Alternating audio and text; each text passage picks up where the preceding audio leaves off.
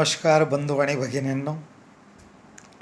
शासनाच्या परिपत्रकानुसार कौमी एकता सप्ताह याचं आयोजन केलेले आहे. त्याच्यामध्ये अन्य भाषेचा परिचय करून देण्यासाठी वाङ्मयीन कार्यक्रम व कवी संमेलन घ्यावं असं नमूद केलेलं आहे. आणि त्याच्यानुसार यशवंत प्राथमिक विद्यालय शिरपूर या शाळेकडून मला विनंती करण्यात आली, म्हणून यासाठी माझं वैयक्तिक विचार मी तुमच्यासोबत मांडणार आहे. बंधू आणि भगिनींनो, शासनाने कौमी एकता सप्ताह साजरा करण्याचं जे ठरवलं आहे त्याच्यामागे एक खूप चांगला आणि एक उदात्त हेतू आहे. कारण आपला भारत देश अखंडप्राय देश आहे. वेगवेगळ्या जाती धर्माचे, वेगवेगळ्या पंथाचे, वेगवेगळ्या रूढी परंपरांचे, वेगवेगळ्या चालीरीतींचे, वेगवेगळ्या पंथाचे, धर्माचे, जातीचे सर्व मंडळी अतिशय गुण्यागोविंदाने आपल्या देशात नांदतात. म्हणूनच आपल्या भारतीय संस्कृतीला वसुधैव कुटुंबकम संस्कृती म्हणतात. आणि याच्यात एक भाग म्हणून भाषेची एकता ही सुद्धा अत्यंत आवश्यक आहे. वास्तविक आपल्या भारतामध्ये दर 12 कोसांवर भाषा बदलते. वेगवेगळ्या भाषा, शेकडो भाषा आपण बोलतो, त्याच्यात बोलीभाषा आहेत, उपभाषा आहेत. परंतु हे सगळ्या भाषा असूनही आपली एकात्मता, आपली एकता टिकून आहे, ही एक मोठी गोष्ट आहे. जगाच्या पृथ्वीच्या पाठीवर भारतीय संस्कृतीला जो मान सन्मान मिळतो त्याचं कारण हेच आहे की इतके वेगवेगळे प्रकार असूनही आपली एकता आणि एकात्मता टिकून आहे. आणि ही एकता, या एकतेचं स्वरूप बालमनापासूनच मनात बिंबवावं, लहान मुलांच्या मनामध्ये हे एकतेचं बीज पेरलं जावं, म्हणून अशा पद्धतीचं कौमी एकता सप्ताह आपण राबवतो आहोत असं माझं मत आहे. त्याच्यासाठी आपण आपल्या मुलांना वेगवेगळ्या भाषांच्या स्वरूपात काही ज्ञान दिलं गेलं पाहिजे. मुळातच असं म्हणतात की मातृभाषेतून शिकलेलं जे ज्ञान असतं ते चिरकाल टिकतं, आणि मातृभाषेतून शिकणं खूप सोपं असतं. आणि त्याच्यासाठी आपली मातृभाषा, आपल्या मातृभाषेतून शिक्षण घेणं हे गरजेचं आहे. परंतु त्याही व्यतिरिक्त आता मराठी माध्यम असो, हिंदी माध्यम असो, इंग्रजी माध्यम असो, गुजराती माध्यम असो, त्या माध्यमातून शाळांमध्ये शिक्षण दिलं जातं. मागे मी एक लेख लिहिला होता, त्याचं नाव होतं कचुंबर, की आपल्याकडे भाषेची एकता जी आहे ती अशी आहे की आपल्या भागाचा जर विचार केला तर आपल्या घरात अहिराणी भाषा बोलली जाते. आपल्या परिसरमध्ये मराठी भाषा बोलली जाते. मग आपल्या लहान मुलांना सोडण्यासाठी जी रिक्षा येते तो रिक्षावाला हिंदीत बोलतो. त्याच्यानंतर शाळेत गेल्यावर शाळेचा गेटवर जो वॉचमन असतो तो बिहारी बोलतो. जो पोषण आहार आणून देणारा माणूस असतो त्याची गुजराती भाषा असते. आणि शाळेचं माध्यम असतं एक तर मराठी, एक तर इंग्रजी.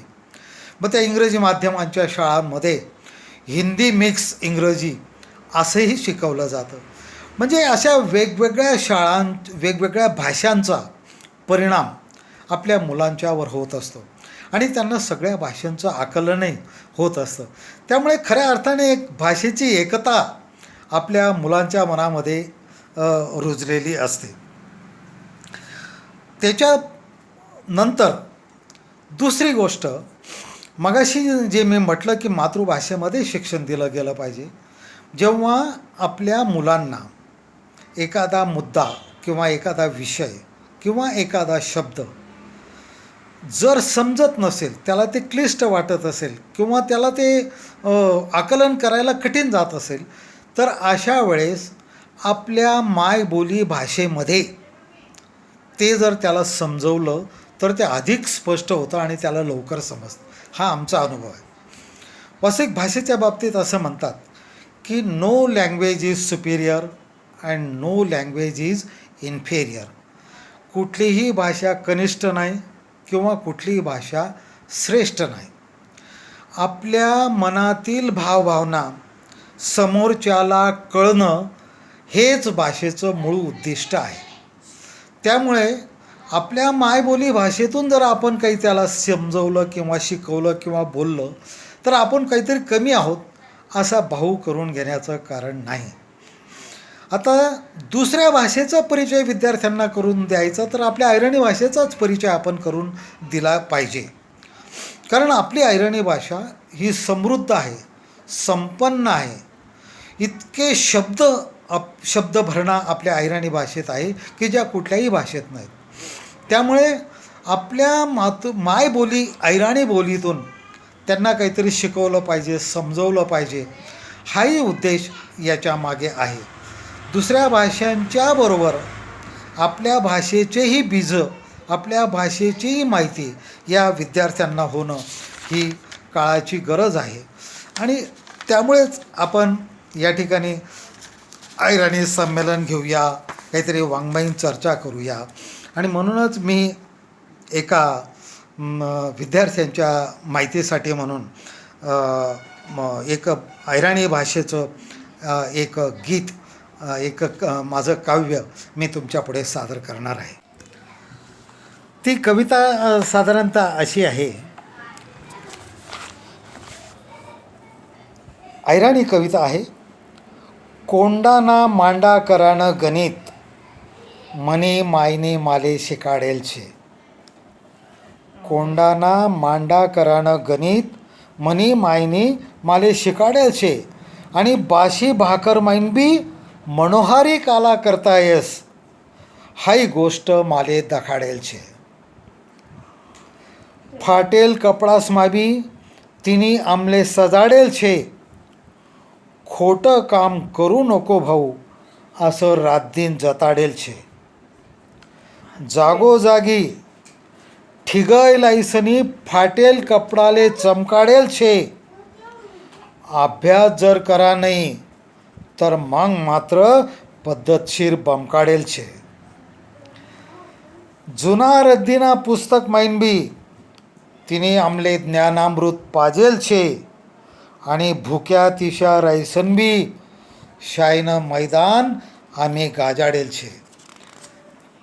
भुक्या तिशा रायसन बी शायनं मैदान आम्ही गाजाडेल छे. काटाकुटानी जमीनमा गुलाबने खेती फुलाडेल छे. दुखमा आंसू पुशीसनी झोईमा आमले डुलाडेल छे. दुखमा खचू नको भाऊ, सुखमा मातू नको भाऊ, असा विचार मनमा ठसाडेल छे. गरिबीना आगीन झयासमा बी आमले मनसोक्त हसाडेल छे. पुढचा जो मुद्दा आहे, पुढच्या ज्या 2 ओळी आहेत त्या खूप उपयुक्त आहेत शाळेतल्या लहान मुलांना समजवण्यासाठी. आईवडील जेव्हा रागवतात किंवा विद्यार्थ्यांना शिक्षक जेव्हा छडी मारतात किंवा रागवतात त्यावेळेस मुलांना एक राग येतो की आपल्याला आपले आईवडील रागवतात, आपल्याला दटवतात. तर त्यांच्यासाठी ही कविता आहे. छिन्नी हातोडा मारी मारी, दगडमाईन शिल्प तासाडेल छे.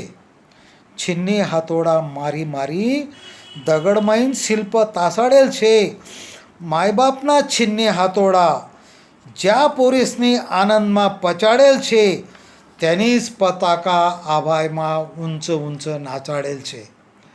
म्हणजे लहान मुलांना हे सांगायचा प्रयत्न या कवितेने केला आहे की आई वडील जेव्हा तुमच्यावर रागवतात, गुरुजी तुमच्यावर रागवतात, बाई तुमच्यावर रागवतात, त्याच्या मागे त्यांचा एक शुद्ध हेतू असतो की एक अतिशय सुंदर शिल्प आपल्याला तयार करायचे आहे, विद्यार्थी घडवायचा आहे, त्याला मोठं करायचं आहे.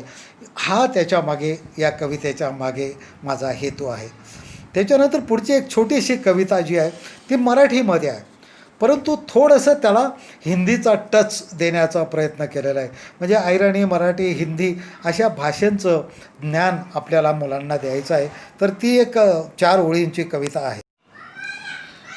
आताशा परिस्थितीने, आर्थिक परिस्थितीने माणूस गरीब जर असला तर मुलं हताश होतात. आपण गरीब असल्याची एक भावना त्यांच्या मनामध्ये निर्माण होते आणि एक न्यूनगंड त्यांच्यामध्ये सुरू होतं. तशा परिस्थितीमध्ये त्यांना हुरूप देण्यासाठी म्हणून ही कविता तयार केलेली आहे. त्या कवितेचं नाव आहे मजा ही कुछ और है. त्या कवितेचं नाव आहे मजा ही कुछ और है. बिन पैशाची खाली खिशाची तुमची आमची सर्वांची कहाणी मोठी गमतीची, छोट्या छोट्या गोष्टीतही आनंदी राहण्याची मजा ही कुछ और है. छोट्या छोट्या गोष्टीतही आनंदी राहण्याची मजा ही कुछ और है. बापाची थप्पड खाण्याची, आईच्या कुशीत शिरण्याची, साध्या सुध्या कपड्यांमध्ये राजेशाही थाटात मिरण्याची, बहिणीशी उगाच चिडण्याची, भावाबरोबर हिंडण्याची, सवंगड्याशी भांडण्याची, भांडता भांडताच 2 हाप चहामध्ये 3 जणांनी चहा पिण्याची मजा ही कुछ और है. मजा ही कुछ और है. पुढची जी कविता आहे ती अशी आहे. उपाशी पोटाला फुगवून जेवणाची थाप मारण्याची, महिना अखेरीला रद्दी विकून घर संसार चालवण्याची, संसारात सातासात करण्याची, कडकीच्या प्रेमात पडण्याची, उधार उसान संस्कृतीची, वायदे करत उधारी फेडण्याची मजा ही कुछ और है. मजा ही कुछ और है. आणि पुढचं विद्यार्थ्यांच्यासाठी म्हणून खास, सेकंड हँड पुस्तकांची, घरी शिवलेल्या वह्यांची, भावाच्या जुन्या कंपास पेटीची, गोंट्याच्या पिशवीच्या दप्तराची, जुन्या मोडक्या सायकलीची, आईने दिलेल्या न्याहारीची आणि गवताचा शिकवणाऱ्या कौलारू मराठी शाळेची मजा ही कुछ और है. मजा ही कुछ और है. रडायची, पडायची, पडून उठायची, आपण एकमेकांना आसवे पुसायची, हातात हात घालून आनंदाने जगायची, ढासळणाऱ्याला सावरायची, चुकणाऱ्याला आवरायची, चुकत असेल आपलं तर मनापासून माफी मागायची मजा ही कुछ और है. मजा ही कुछ और है. पुढचं एक छोटीशी कविता आहे की निडळाच्या घामाची, श्रमाच्या दामाची, कष्टाच्या भाकरीची, नेकीच्या चाकरीची, मैफिलीत रंगण्याची, कुटुंबात रमण्याची, नैराश्याला टाळण्याची, आनंदाला कवटाळण्याची आणि बाह्यांगासोबत अंतरंग साफ ठेवण्याची मजा ही कुछ और है. मजा ही कुछ और है. अशा पद्धतीने कविता करून लहान मुलांचं एक करमणूक होते, विद्यार्थ्यांना एक संदेश मिळतो आणि एक वेगळी भाषा चं आकलनही त्यांना होते. अशा पद्धतीने आपल्या मुलांच्या मनामध्ये एकता रुजावी, वेगवेगळ्या जाती धर्मांमध्ये, भाषांमध्ये, रूढी परंपरांमध्ये, चालीरीतींमध्ये आम्ही एक आहोत, आमची एकता आहे हे दाखवण्यासाठी, हे एकतेचे संस्कार रुजवण्यासाठी हा कौमी एकता सप्ताह आहे. तो आपण सगळेजण साजरा करूया आणि खऱ्या अर्थाने विद्यार्थ्यांमध्ये हे एकतेचं बीज आपण रोवूया अशी प्रार्थना मी तुम्हाला करतो आणि माझे 2 शब्द या ठिकाणी संपवतो. नमस्कार.